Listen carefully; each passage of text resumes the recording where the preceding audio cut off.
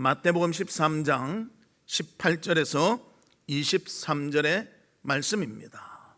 한 절씩 교독하도록 하겠습니다. 그런즉 씨 뿌리는 비유를 들으라.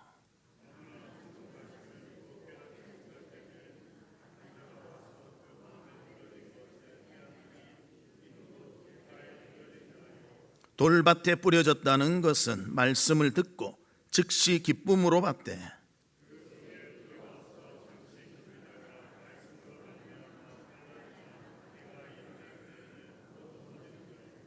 가시떨기에 뿌려졌다는 것은 말씀을 들으나 세상의 염려와 재물의 유혹에 말씀이 막혀 결실하지 못하는 자요.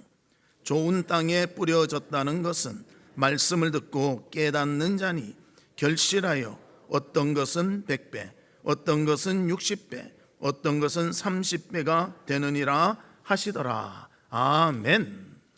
사랑하는 성도 여러분, 한 주간 어떻게 지내셨습니까? 날씨가 차왔다, 또 좀 따뜻해졌다. 그런 가운데서도 언제나 하나님의 사랑은 뜨겁게 우리 가운데 있는 줄로 믿습니다. 그 사랑에 힘입어 기뻐하며 감사하는 우리 성도들이 되시기를 주님의 이름으로 축복합니다. 우리 옆에 분들과 인사 나누는데요, 일어나 빛을 발합시다. 인사 나누도록 하겠습니다. 일어나 빛을 발합시다.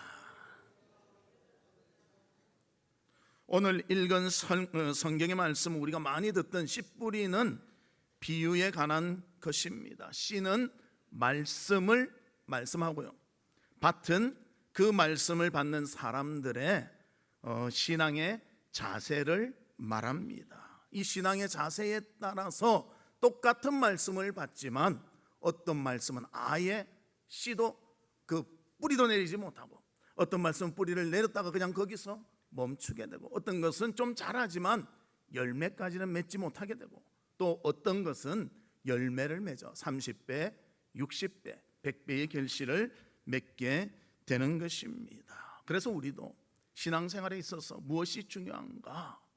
그냥 신앙생활 하는 자체가 중요한 것이 아니라 신앙생활 하면서도 열매 맺는 귀한 삶이 우리 가운데 있기를 주의 이름으로 축복합니다.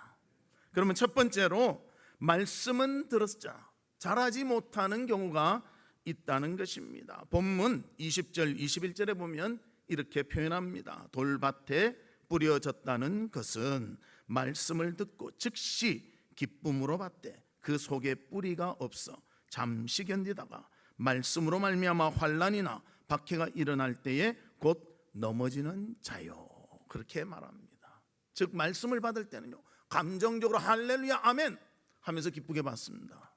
그러나 믿음의 뿌리가 약하다 보니까요, 조그만 어려움이 있고 조그만 고난이 있으면요, 아유 예수 못 믿겠어, 왜 이렇게 힘들게 하는 거야, 나에게 왜 이런 고난이 있는 거야 하면서 포기하게 된다는 것을 말씀해주고 있습니다. 듣는 순간은 기쁩니다. 그러나 그것을 견딜 힘이 없다는 것입니다. 신앙을 위해 조그만한 어려움이 있어도 그 어려움을 극복하지 못하고 신앙을 버리는 자의 모습입니다. 또 신앙보다는 현재의 환경에 더 영향을 받는 자이고, 어려움이 있으면 이를 원망하며 자신의 처지를 비관하는 자들의 모습인 것입니다. 사랑하는 성도 여러분, 세상 살다 보면요, 어려움이 있습니다. 아무 근심 걱정 없는 사람은 없습니다. 그래서 우리는 그런 어려움이 올 때 어떻게 대처해야 되는가? 보이는 것으로 대처하면요, 실패할 수도 있다는 거예요.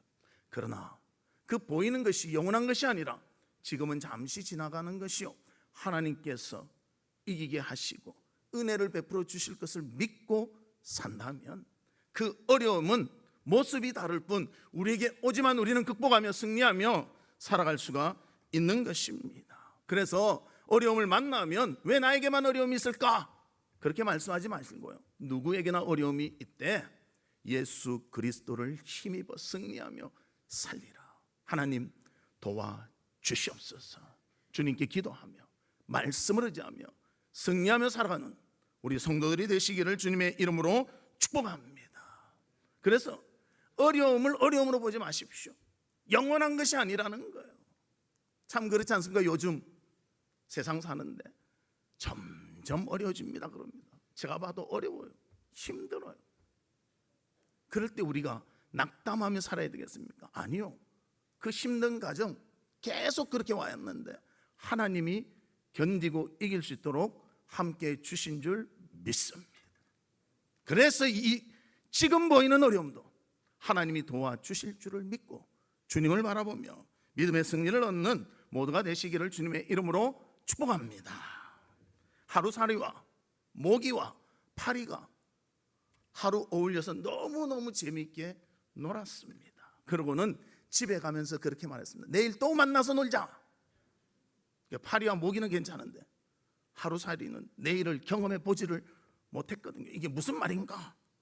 그러면서 갸우뚱거렸다는 것입니다. 하루살이에게는 내일이 없습니다. 그냥 눈에 보이는 대로 지금 보이는 것을 마무리 짓고 마는 것이 그런 삶이었다는 것입니다. 우리 성도도 마찬가지입니다. 오늘의 삶이 모든 것이 아니라는 거예요.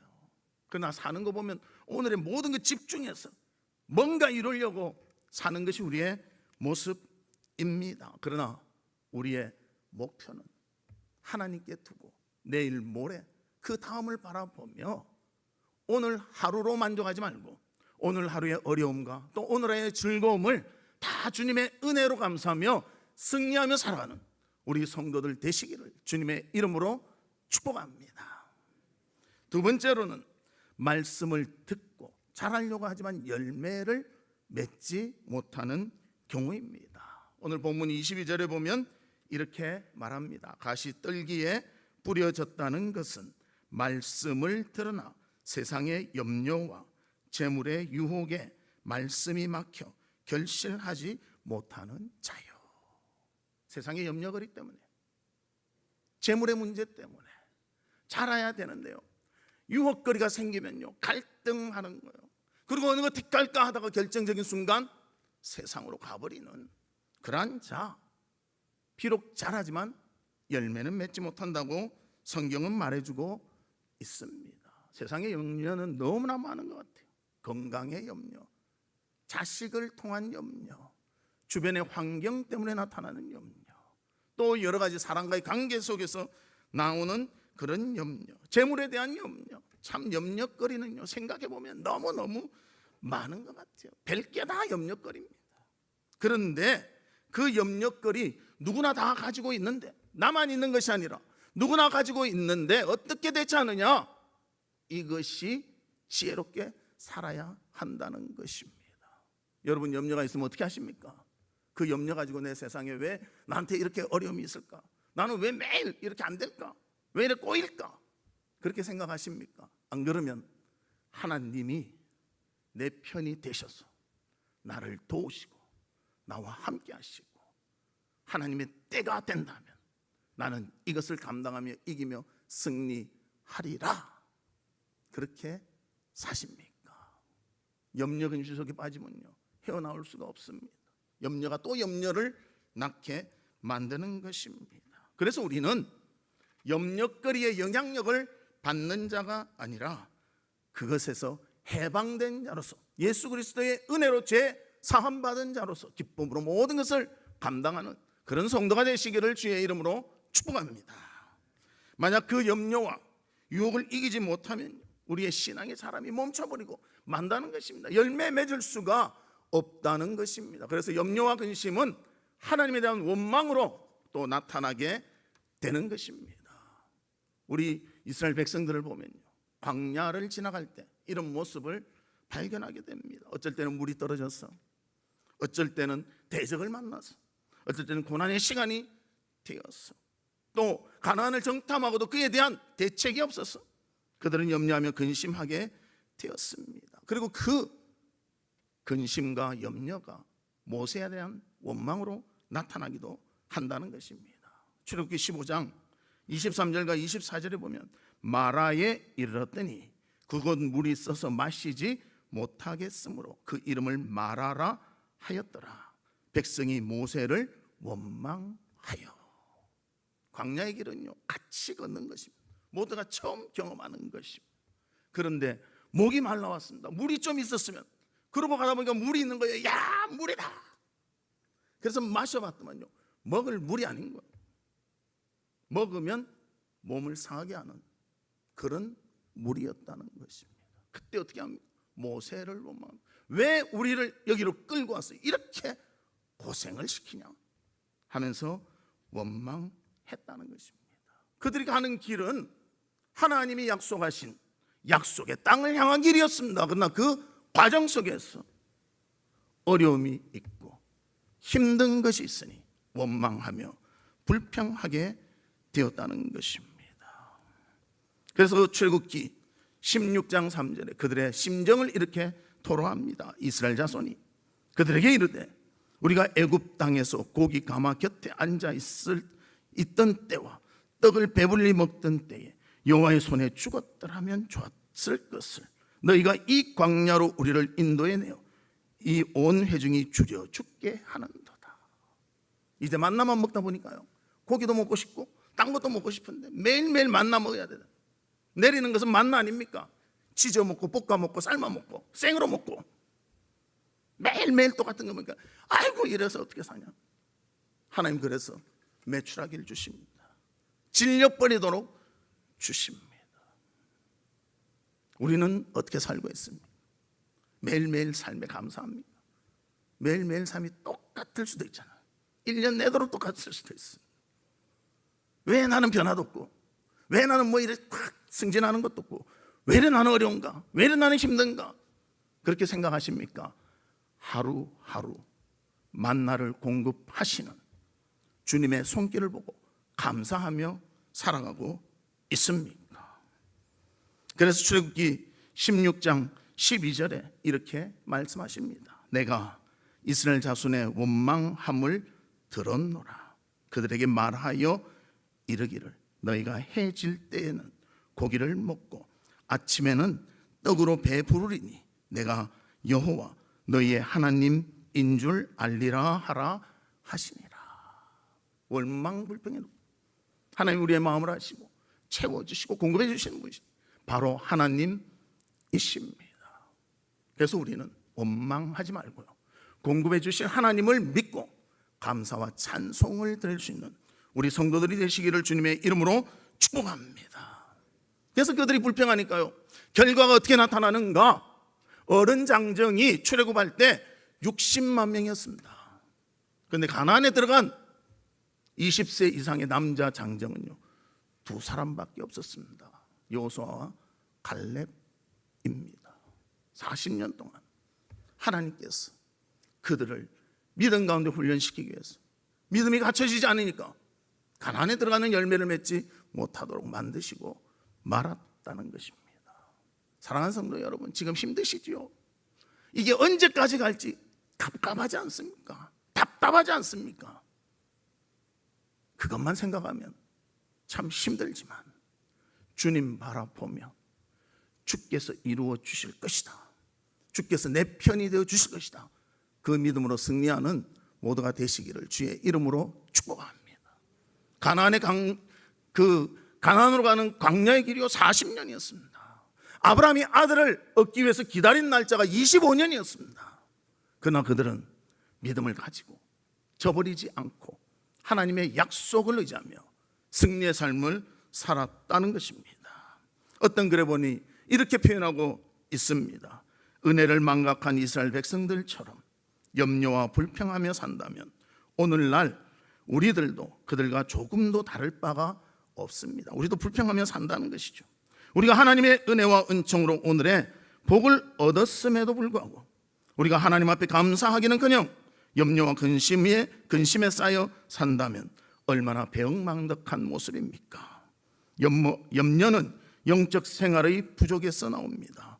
동물 중에 설치류라는 동물들이 있는데요, 그 설치류는 땅 위나 땅 속에서는 잘 사는데 높이 올라가면 죽어버리는데요. 어떤 비행사가 비행을 하고 있는데 발밑에 뭐가 왔다 갔다 하는 거예요. 보니까 새앙지가 있는 거예요. 아이고 큰일 났다, 이것이 줄이라도 끊어 먹으면 이 비행기가 추락할 건데, 그래서 이 비행사가 설치류가 그렇다는 걸 알고요 2만 피트로 쫙 올라갔대요. 그러니까 그냥 그 새앙지가 휙 하고 죽어버리고 말았다. 여러분, 염려 근심이 있습니까? 하나님을 향해서 올라가십시오.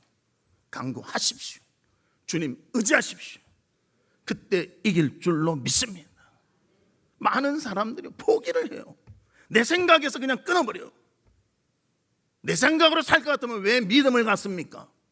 주님께 바라보며 주님께 대한 열망하는 마음을 가지고 우리가 어렵더라도 그것을 극복하며 주님으로 인한 승리를 맛보며 살아가는 우리 성도의 삶이 되시기를 주의 이름으로 축복합니다. 또 우리가 염려 근심도 많지만요, 돈이 얼마나 우리한테 여러 가지로 작용을 합니까? 돈은 우리 생활에 밀접한 관계를 가지고 있습니다. 돈 없이는 한순간도 우리가 살 수가 없습니다. 교회 올 때도요, 돈 있어야 옵니다. 차비가 있어야 차고 오죠. 안 그렇습니까? 그냥 오는 게 없어요. 예. 자가용으로 온 사람도 기름 넣어야 올 거 아닙니까? 한순간도 돈은 우리가 떨어질 수 없습니다. 돈은 못하는 것이 없을 만큼 대단한 것입니다. 그래서 마태복음 6장 24절에 보면 한 사람이 두 주인을 섬기지 못할 것이니 혹 이를 미워하고 저를 사랑하거나 혹 이를 중히 여기고 저를 경히 여김이라. 너희가 하나님과 재물을 겸하여 섬기지 못하느니라. 하나님과 재물을 겸하여 섬기지 못하느니라. 이 재물의 힘이요 거의 하나님과 동등하다는 거예요. 그래서 우리는 재물에 대한 바른 마음가짐이 필요합니다. 재물은 필요하지만 그것에 이어서 내가 끌려간다면 안 된다는 거예요. 그것을 내가 관리하며 이끌어갈 수 있어야 하는 것입니다. 그래서 우리가 그것을 잘 관리하고 하나님의 뜻대로 하면 행복하고 기쁨으로 살지만요, 반대로 끌려가기 시작하면 노예의 삶을 살게 되는 것입니다. 그래서 디모데전서 6장 10절에 보면 이렇게 말합니다. 돈을 사랑함이 일만 악의 뿌리가 되나니 이것을 탐내는 자들은 미혹을 받아 믿음에서 떠나 많은 근심으로서 자기를 찔렀도다.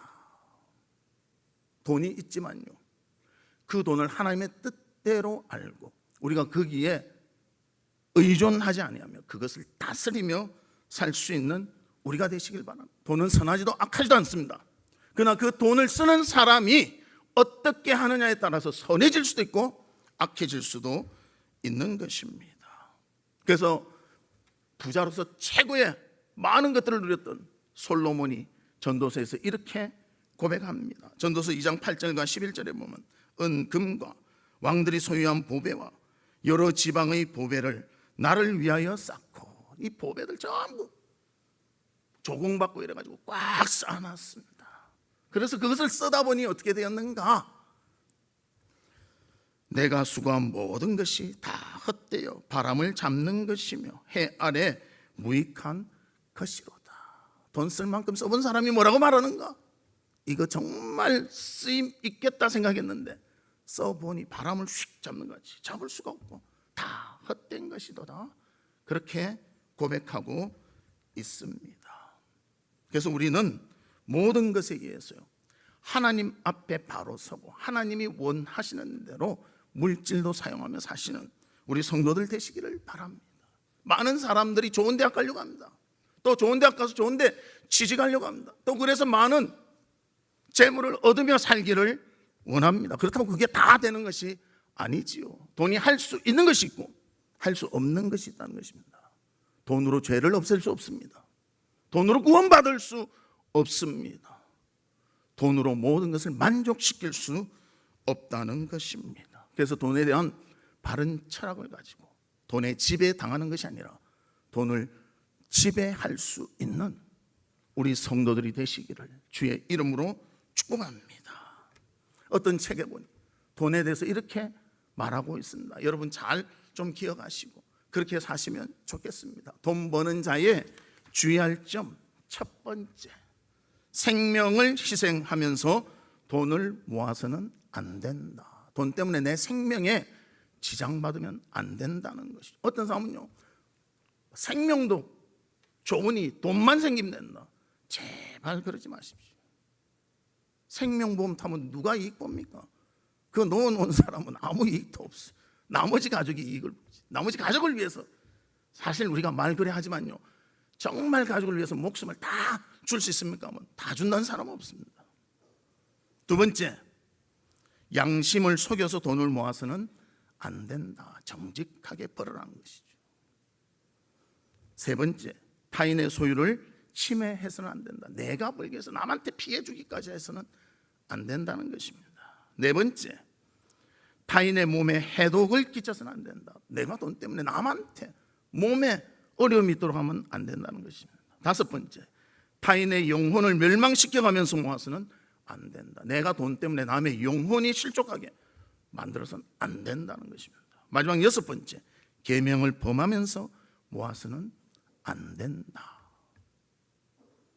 저것을 꼭 기억하시고요. 우리가 하나님 앞에 바르고 정직하게 물질을 사용하는 우리 성도들이 되시기를 바랍니다. 염려와 불평, 세상의 재물에 끌려다님으로 신앙의 열매를 맺지 못하는 그런 삶이 우리 가운데 있지 않기를 주의 이름으로 축복합니다. 세 번째는 말씀을 듣고 열매를 맺는 경우입니다. 본문 23절에 보면 우리 같이 읽습니다. 시작. 좋은 땅에 뿌려졌다는 것은 말씀을 듣고 깨닫는 자니 결실하여 어떤 것은 100배, 어떤 것은 60배, 어떤 것은 30배가 되느니라 하시더라. 이렇게 기록합니다. 이러한 신앙의 자세는요, 평소 경건 훈련으로 마음의 상태를 잘 손질해서 심령이 강팍하지 않도록 한 사람이라는 것입니다. 항상 말씀을 받을 준비, 하나님께 기도할 준비, 주님과 교제할 준비, 이것이 되어 있어서 어떤 일이 생기더라도 주님과 모든 것을 의논하며 주님의 뜻대로 행할 때에 진정 열매를 맺는 삶이 된다는 것을 우리에게 말씀해 주고 있습니다. 예를 들자면 빌립보 교회에 자주장사 루디아라는 여인이 있었습니다. 그 여인의 마음은 옥토와 같았습니다. 그리고 그녀는 기도의 사람이었고 말씀 순종의 사람이었고 하나님의 종들을 잘 대접하며 섬겼던 사람이었습니다. 그녀가 바울을 만나는데요, 바울을 만나는 것도 어떤 계기로 만나는가?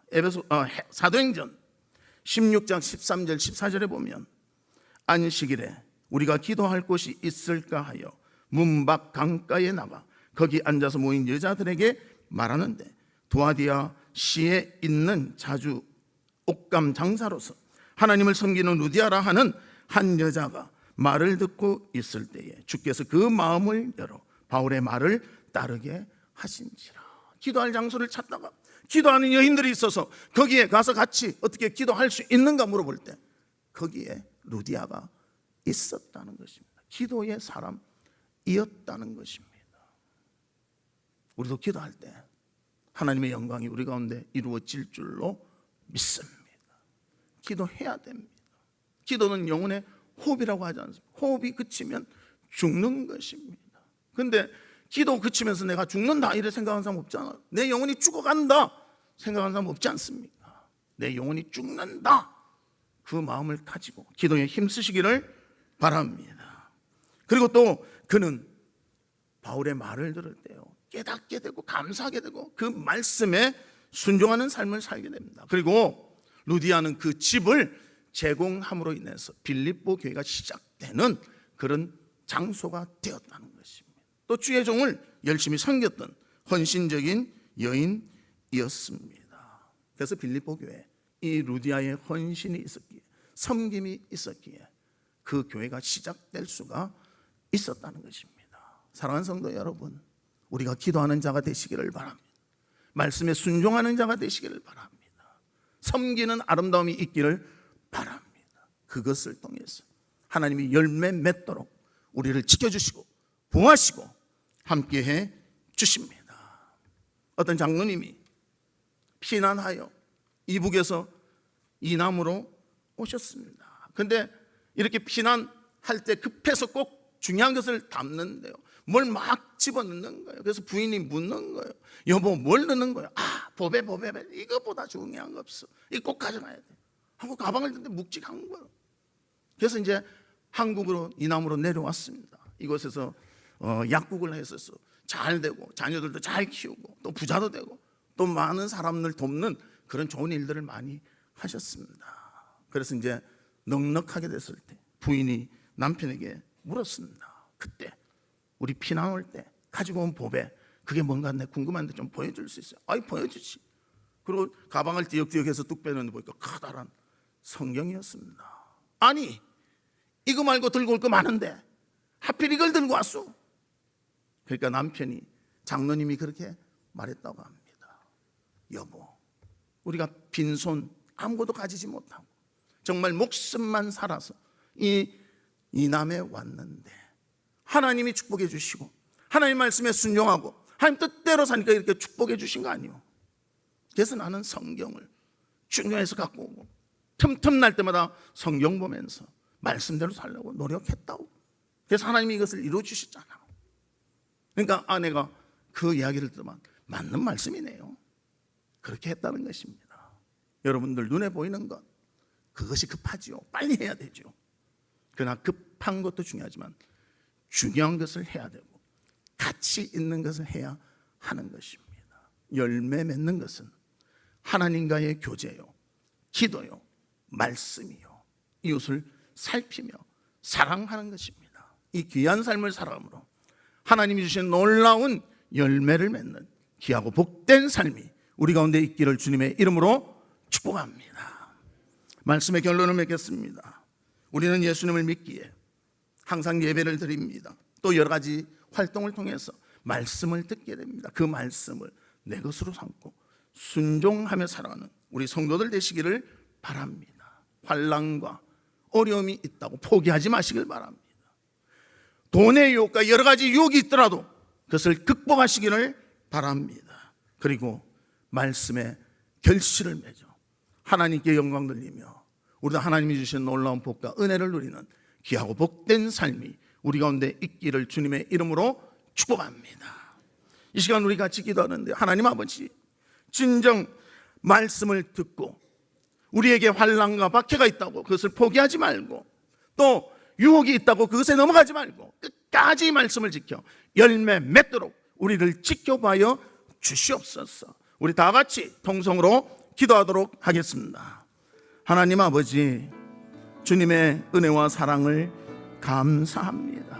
우리가 지금 이 자리에 있는 것도 하나님의 은혜요, 하나님의 보호하심이요, 하나님의 지켜주심임을 믿습니다. 우리의 삶의 여정 속에 고난도 있었고 어려움도 있었고 아픔도 있었고 유혹도 있었습니다.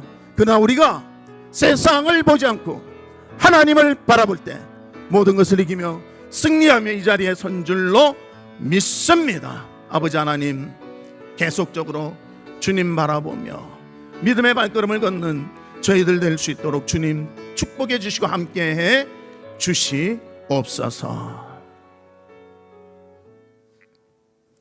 하나님 아버지, 세상의 고난과 어려움, 유혹이 있더라도 말씀을 지키며 열매 맺는 저희들 될 수 있도록 도와 주시옵소서. 예수 그리스도의 이름으로 기도하옵나이다. 아멘.